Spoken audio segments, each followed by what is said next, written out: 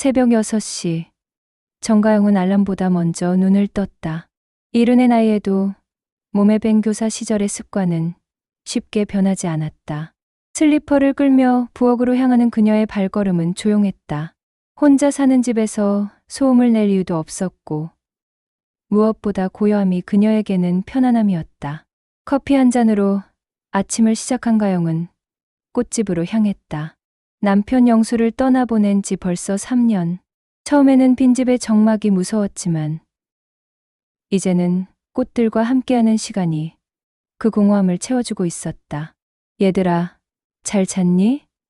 가영은 꽃들에게 인사를 건넸다. 국화, 장미, 카네이션. 각각의 꽃들이 저마다 다른 향기로 그녀를 맞이했다. 물을 주고 시든 잎사귀를 따내고 새로 들어온 꽃들을 정리하는 일상. 단조롭지만 그 속에서 가영은 잔잔한 행복을 느꼈다. 오후가 되자 단골 손님들이 하나둘 찾아왔다. 병문안용 꽃다발을 주문하는 아주머니, 연인에게 줄 장미를 고르는 청년, 집 화분을 바꾸려는 할아버지까지. 가영은 각자의 사연을 들으며 정성껏 꽃을 포장해 주었다. 꽃을 통해 사람들과 소소한 교감을 나누는 것. 그것이 그녀가 이 일을 계속하는 이유였다.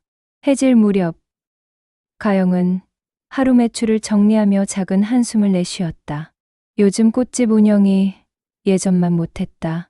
큰 화원들이 생기면서 작은 동네 꽃집을 찾는 사람들이 줄어들었고 물가는 오르는데 매출은 제자리 걸음이었다. 그래도 크게 걱정하지는 않았다. 집도 있고 연금도 있으니 큰 무리 없이 살아갈 수 있었다. 그런 평범한 어느 날, 가영은 꽃집 운영 자금을 조금 융통해 보려는 마음으로 은행을 찾았다. 큰 돈이 아니었다. 그저 꽃 주물량이 늘어나는 계절을 대비해 미리 준비해 두고 싶었을 뿐이었다. 창구에서 상담을 마치고 자리를 정리하던 순간 담당 직원이 조심스럽게 작은 메모지를 그녀에게 밀어주었다. 집담보대출. 고객님 신청 맞으세요? 가영의 손이 멈췄다. 그런 대출을 신청한 기억은 전혀 없었다. 아니, 생각해본 적조차 없었다. 평생 빚 없이 살아온 그녀에게 집을 담보로 돈을 빌린다는 것은 상상도 할 수 없는 일이었다. 순간 등골이 서늘해졌다. 평온했던 일상에 들이운 첫 번째 그림자였다. 제가요? 전 그런 적이 없는데요. 가영의 목소리는 작게 떨렸다. 메모지를 든 손끝까지 미세하게 흔들렸다. 창구 직원은 주변을 살피더니 짧게 고개를 저으며 눈빛으로 경고를 보냈다. 더 이상 이야기하면 안 된다는 신호였다. 혹시 실수가 아닐까요? 동명이인이거나. 가영은 마지막 희망을 붙잡으려 했지만 직원은 조용히 고개를 젓기만 했다. 그의 표정에서 가영은 확신을 읽었다. 실수가 아니라는 것을. 집으로 돌아오는 길이 평소보다 멀게 느껴졌다.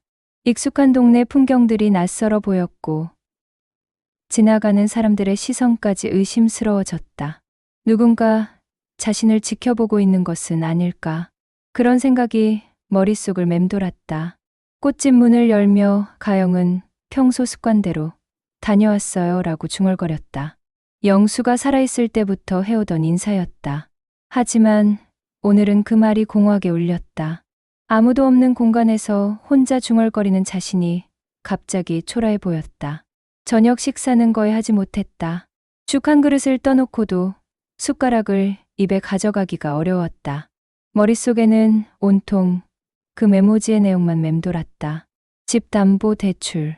자신도 모르게 누군가가 자신의 이름으로 서류를 꾸몄다는 것. 그것도 집을 담보로.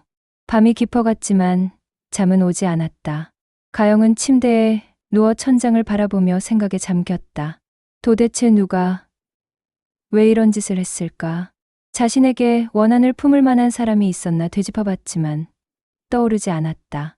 평생 누구에게든 해를 끼치지 않으려 노력해왔는데 새벽 3시, 4시 시계바늘은 계속 돌았지만 가영의 눈은 감기지 않았다. 온몸이 차갑게 식어갔고 이불을 뒤집었어도 춥기만 했다. 두려움이라는 감정이 이렇게 구체적인 추위로 느껴지는 줄 몰랐다. 며칠 뒤 아침, 전화벨 소리에 가영은 화들짝 깼다. 뒤척이다 잠든 지 얼마 되지 않았는데 벌써 아침이었다. 소화기를 든 순간 낯선 남성의 목소리가 들려왔다. 정가영 씨 맞으시죠? 여기 중부경찰서입니다. 가영의 심장이 쿵 내려앉았다. 경찰서라는 단어가 귀에 꽂혔다. 평생 경찰과 연관될 일이 없었던 그녀에게 이 전화는 청천벽력과 같았다. 네, 맞습니다. 간신히 대답하는 가영의 목소리는 바싹 말라 있었다. 문서 위조 관련해서 수사가 시작됐습니다. 피해자로 진술하러 나오셔야겠는데요. 수사, 피해자, 진술. 평범한 일상에서는 들어본 적 없는 단어들이 가영의 귀를 때렸다. 전화를 끊고 나서도 한참을 그대로 앉아 있었다. 이제 정말 현실이 되었다는 생각에 온몸에 힘이 빠졌다. 그리고 며칠 후 경찰서에서 들은 이름 앞에서 가영은 모든 것을 이해했다. 결코 믿고 싶지 않았지만 부정할 수 없는 현실이었다. 그 순간 그녀의 세계는 완전히 무너져 내렸다. 박준호입니다. 경찰관의 입에서 나온 그 이름의 가영은 순간 숨이 막혔다. 박준호, 조카딸 민정이의 남편. 결혼한 지 벌써 8년. 아이 둘까지 낳은 그 사위 같은 존재. 잠깐만요. 설마 그 박준호가. 가영의 목소리는 떨렸다. 동명이인이기를 바라는 마음이 간절했다.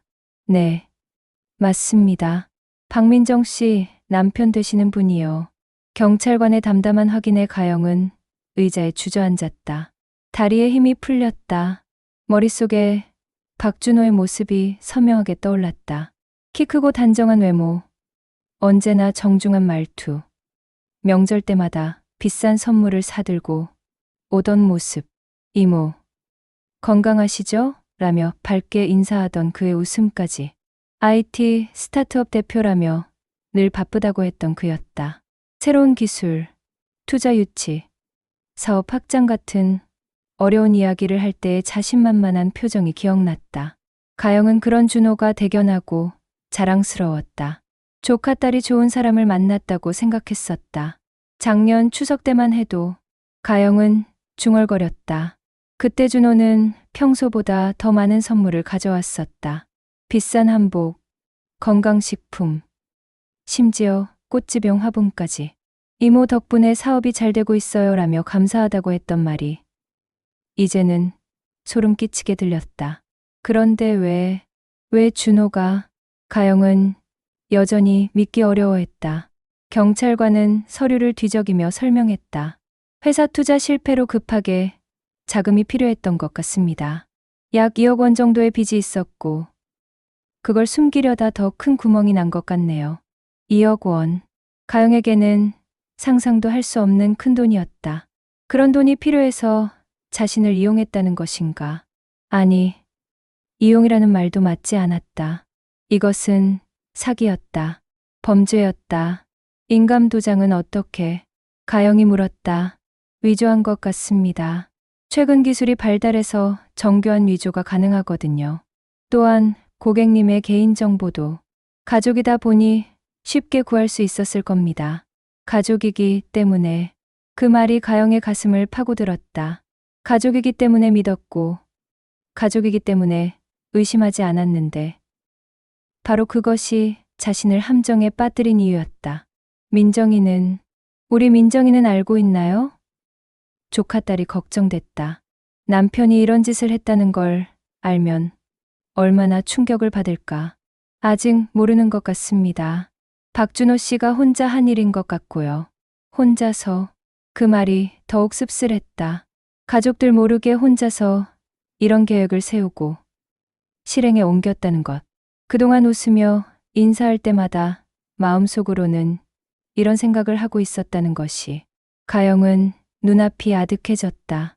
그토록 믿었던 사람이 자신을 가장 가까운 곳에서 지켜보며 언제 어떻게 이용할지 계산하고 있었다는 사실. 이보다 잔인한 배신이 또 있을까?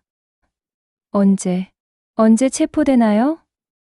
가영은 힘없이 물었다. 이제는 현실을 받아들일 수밖에 없었다. 체포 당일 아침, 가영은 경찰서 앞 벤치에 앉아 있었다. 꼭 지켜봐야 할 것 같았다.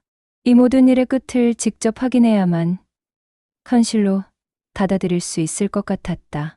손에는 차갑게 식은 커피컵이 들려 있었지만 한 모금도 마시지 못했다. 오전 10시 경찰차 2대가 조용히 도착했다. 가영의 심장이 빠르게 뛰기 시작했다. 곧이어 또 다른 차에서 박준호가 내렸다. 평소와 다르지 않은 깔끔한 정장 차림이었다. 마치 중요한 회사 미팅에 가는 것처럼 보였다. 경찰관들이 그를 둘러쌌을 때도 준호는 침착해 보였다. 하지만 가영의 눈에는 그의 어깨가 미세하게 떨리는 것이 보였다. 수갑이 차지는 순간 그는 처음으로 고개를 숙였다. 저도 어쩔 수 없었어요. 살기 위해서였다고요. 갑자기 터져나온 준호의 목소리에 가영은 깜짝 놀랐다. 평소 차분하고 절제된 말투와는 전혀 다른 날것의 절규였다. 그 목소리는 경찰서 앞거리에 공허하게 울려 퍼졌다. 회사가 망하면 직원들은 어떻게 해요? 아이들 학비는 누가 내고요? 준호의 변명이 계속 이어졌지만 가영의 귀에는 제대로 들어오지 않았다. 그저 살기 위해서라는 말만 계속 맴돌았다. 살기 위해서. 그래서 나를 죽이려 했다는 말인가. 가영은 벤치에서 천천히 일어섰다. 다리가 후들거렸지만 걸어가야 했다. 준호와 마주보고 서야만 했다. 이모. 준호가 그녀를 알아보고 부르는 순간 가영은 그의 얼굴을 똑바로 쳐다봤다. 눈가에 눈물이 고였지만 목소리는 또렷했다. 준호야. 가영이 조용히 말했다. 나는 내가 어려우면 도와줄 사람이었어. 왜 이렇게 했니? 준호는 대답하지 못했다. 그저 고개만 더 깊이 숙였다. 수갑 찬 손을 보며 가영은 깨달았다. 이 사람은 이미 자신이 한 일의 무게를 알고 있다는 것을. 이모. 죄송해요. 정말 죄송해요.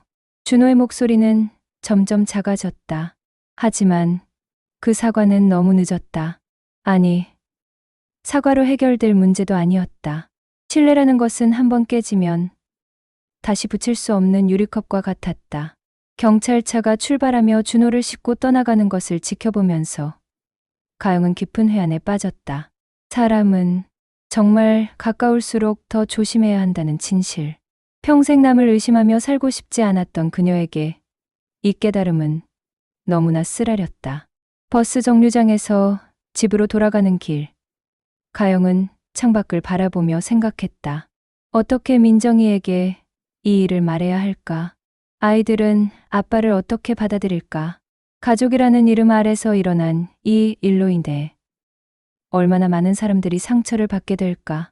집에 도착해 문을 여는 순간 적막한 공간이 그녀를 맞았다. 평소보다 더 고요하고 더 차가워 보이는 집. 이제 정말로 혼자가 되었다는 생각이 들었다. 가족이라고 믿었던 사람들까지도 의심해야 하는 세상에서 진정으로 믿을 수 있는 것은 자기 자신뿐이라는 냉혹한 현실 앞에서. 한 달이 지났다.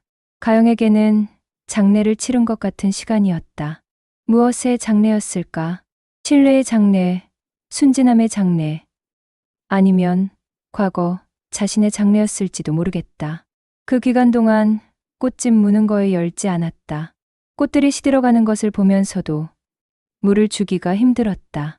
민정이가 몇 번 찾아왔다. 처음에는 울면서 사과했고 나중에는 말없이 앉아서 함께 눈물만 흘렸다. 아이들은 아빠가 왜 안 오는지 물었고 민정이는 매번 출장 중이라고 대답했다. 언제까지 그런 거짓말을 할 수 있을까? 이모, 저희가 이사를 가려고요. 민정이가 조심스럽게 말했다. 아이들 학교 문제도 있고 새로 시작하고 싶어서요. 가영은 고개를 끄덕였다.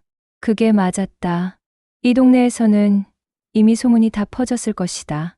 민정이와 아이들에게는 새로운 곳에서 새로운 시작이 필요했다. 이모도 괜찮으실까요? 민정이의 목소리에 걱정이 묻어 있었다. 괜찮을 거야. 가영은 대답했지만 자신도 확신할 수 없었다. 민정이 가족이 떠난 후 가영은 비로소 꽃집으로 돌아왔다. 문을 여는 순간 시든 꽃들의 냄새가 코를 찔렀다. 한 달 동안 방치된 꽃들은 대부분 죽어 있었다. 화분의 흙은 바짝 말라 갈라져 있었고 잎사귀들은 바스러져 바닥에 떨어져 있었다. 미안해, 얘들아. 가영은 죽은 꽃들에게 중얼거렸다. 자신의 상처에만 빠져서 이들을 돌보지 못했구나. 청소부터 시작했다. 시든 꽃들을 치우고 화분을 씻고 바닥을 쓸었다.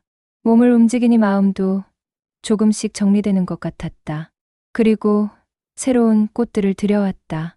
작은 국화와 장미, 그리고 생명력 강한 다육식물들. 꽃에 물을 주며 가영은 마음속으로 중얼거렸다. 내 인생의 봄은 끝났을지 몰라도 꽃은 또 피어나겠지.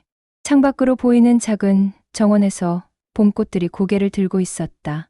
겨울을 견뎌낸 그들의 모습이 어쩐지 자신과 닮아 보였다. 추위와 시련을 견디고 다시 피어나는 강인함. 며칠 후 첫 손님이 찾아왔다. 새로 이사 온 젊은 엄마였다. 안녕하세요. 화분 몇 개 사고 싶은데요. 어떤 걸 찾으세요? 가영의 목소리에는 예전의 따뜻함이 돌아와 있었다. 키우기 쉬우면서 예쁜 걸로요. 아직 잘 모르거든요. 가영은 미소 지으며 몇 가지를 추천해 주었다. 손님과 꽃에 대해 이야기하는 동안 마음 한구석이 따뜻해지는 것을 느꼈다. 사람에 대한 경계심은 여전했지만 이렇게 소소한 만남까지 거부할 필요는 없었다. 저녁 무렵 가영은 새로 심은 꽃들을 바라보며 생각했다. 배신은 정말 아팠다. 믿었던 사람에게 당한 상처는 쉽게 아물지 않을 것이다. 하지만 그렇다고 해서 모든 것을 포기할 수는 없었다. 꽃처럼 살아가야 한다. 혹독한 추위를 견디고 다시 피어나는 꽃처럼. 누구를 쉽게 믿지는 않더라도 자신만의 방식으로 다시 살아가야 한다는 다짐만은 꺾이지 않았다. 하루하루가 여전히 조심스럽고 때로는 외로웠지만 가영은 알았다. 이것이 바로 살아간다는 것이라는 걸. 상처받고 무너지고 그래도 다시 일어서는 것. 그것이 인생이라는 걸.